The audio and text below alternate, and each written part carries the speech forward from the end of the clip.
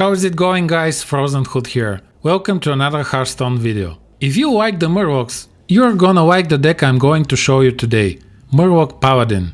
It is a deck full of Murlocs, which at first may seem simple to play, but requires specific strategy against certain decks.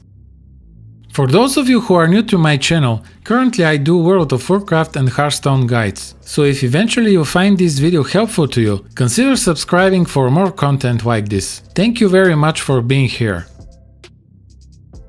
Murloc Paladin is a very aggressive deck full of low-cost Murlocs, and many nice combos and synergies that I'll explain later in this video. In most cases, those synergies will help you to quickly gain board control and start doing damage to enemy hero early in the game.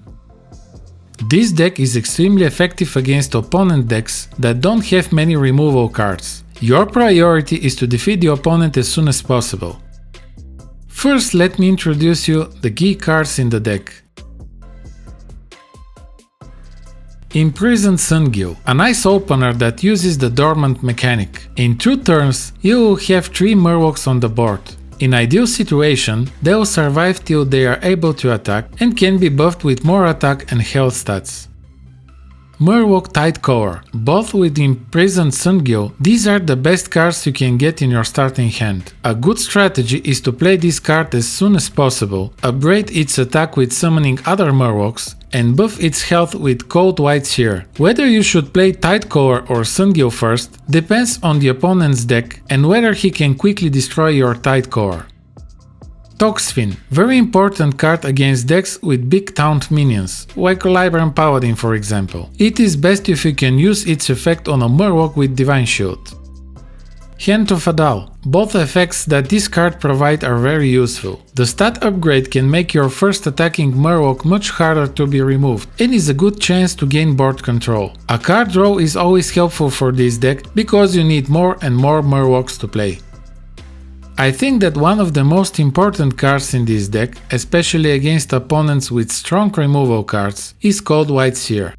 Playing smart and upgrading your Murloc's health is the key against such decks. Enemy spells like Paladin's Consecration and Warrior's Whirlwind and Bladestorm can cause you such terrible damage in early game that you may not be able to recover. At the same time, if you control the board and can upgrade 3 or 4 Murlocs with Cold White Seer, you are very close to winning the game. Against certain decks like those I just mentioned, sometimes I keep Cold White Seer for my starting hand.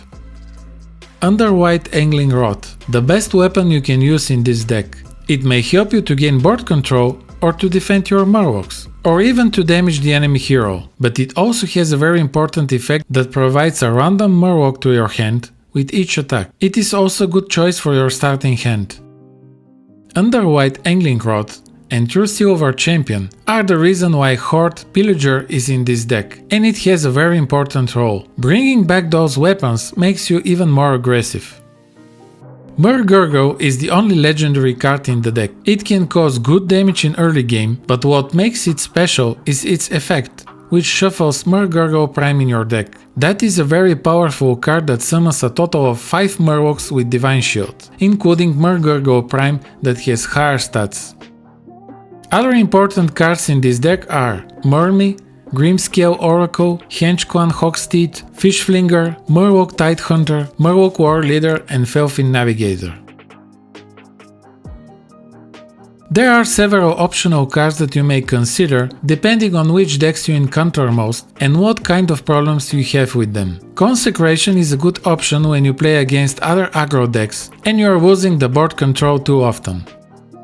Skill Ward is often used in this deck. Giving Divine Shield to all your Murlocs is a very strong effect. For those of you who don't have that card, it cannot be crafted the usual way. You must get it as a reward from a boss from the 3rd chapter of Galakron's Awakening adventure. You can check my video about how to get the Rottnest Drake card, which is also a reward from one of the other bosses in the same chapter of the adventure. I will put a link in the description. You can also try Tip the Scales that summons 7 Murlocs from your deck. If the opponent doesn't have the right removal card, this can win the game. And because a health buff is always good for your Murlocs, Never Surrender is a strong option for this deck that costs only 1 mana. Animated Broomstick is the only optional card coming from the new expansion Scholomance Academy. There are many situations when you would want your Murlocs to be able to attack as soon as they are summoned. For example, when Sungil leaves its dormant state, or when you play Murloc Prime. As I mentioned before, some of the best options for your starting hand are Murloc Tidecaller, Imprisoned Sungil and Underwhite Angling Rod. You should also keep Murgurgle, Murmy, Hand of Adao and in certain situations Cold Whiteseer or even Consecration. In the description below you will find the code for the deck composition that I use most often. So this was the Murloc Paladin deck. Last thing I will show you is a very quick game, so you can see the deck in action. Thank you very much for watching. If you like this video, please hit the like button and consider subscribing to my channel for more content like this. Thanks again for watching and I'll see you in the next one.